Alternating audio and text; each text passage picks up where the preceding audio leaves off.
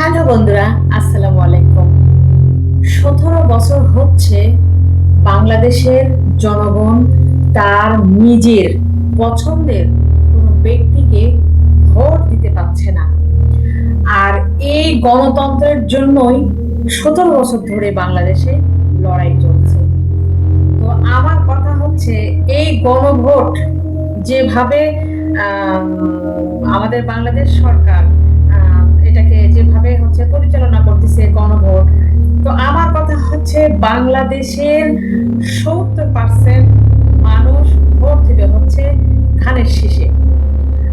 তাহলে এই যে যে ব্যালট পেপার, এই ব্যালট পেপারে যেভাবে তৈরি করছে, একটা হচ্ছে গণভোটের জন্য, আর একটি হচ্ছে মার্কা, মানে প্রার্থী কোন ব্যক্তিকে পছন্দ করে সেই মার্কাকে ভোট দিবে। এবং এটা কিন্তু ব্যালট পেপারটা হচ্ছে, কারণ যে ব্যালট পেপারটা তৈরি করা হয়েছে, এই ব্যালট পেপারটা কিন্তু আগে ছিল না। কারণ আমাদের বাংলাদেশের মানুষ কিন্তু এই ব্যালট পেপারে ভোট দিতে তারা অভ্যস্ত না। আর যেভাবে এখানে মানে ক্ষুদ্র ক্ষুদ্র করে ঘর আকারে দেওয়া হয়েছে, এখানে অনেক মার্কা দেওয়া হয়ে গেছে। ওখানে ওই যে টিক চিহ্ন যে দিবে, এই টিক চিহ্নটা কিন্তু সাধারণত আমাদের মা, খালা, দাদা, দাদি, নানা, নানি, তারা কিন্তু সবাই বয়স্ক মানুষ। তারা কিন্তু এই জায়গায় যে সমস্যায় পড়বে, কারণ বিগত সময় যারা ভোট দিয়েছে সেটা ছিল ভিন্ন রকম।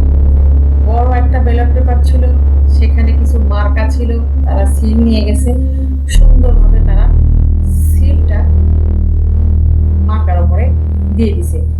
এখন যে ভোটটা হবে, এই যে গণভোটের মাধ্যমে যে দুইটা ব্যালট পেপার দেওয়া হচ্ছে, এখানে কিন্তু তাদের সমস্যা হবে।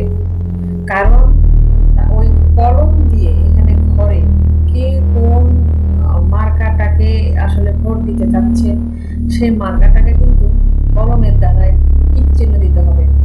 আর এই কলমের ব্যবহারটাও কিন্তু তারা করতে পারবে না। তো সব কিছু মিলে আমার মনে হচ্ছে যে আমরা যে গণতন্ত্রকে ফেরানোর জন্য এই যে 17 বছর যে লড়াই করছি বাংলাদেশে, ফেসবুকে, তারপর হচ্ছে যে মাঠে, তো এই লড়াইটা আমার মনে হয় যে আসলে অযথা করেছি। যে কারণে আমরা লড়াইটা করেছি, আমরা কিন্তু এখনো সাকসেস হতে পারিনি। বাংলাদেশের জনগণ যদি এই ভোট থেকে, জাতীয় নির্বাচন থেকে যদি বঞ্চিত হয়, তাহলে এই যে এত আন্দোলন, এত লড়াই করে, এত জীবন দিয়ে তো কোনো লাভ হলো না। তাই আমি মনে করব, জনগণকে, জনগণের পছন্দের প্রার্থীকে ভোট দেওয়ার সুযোগ তৈরি করে দিন।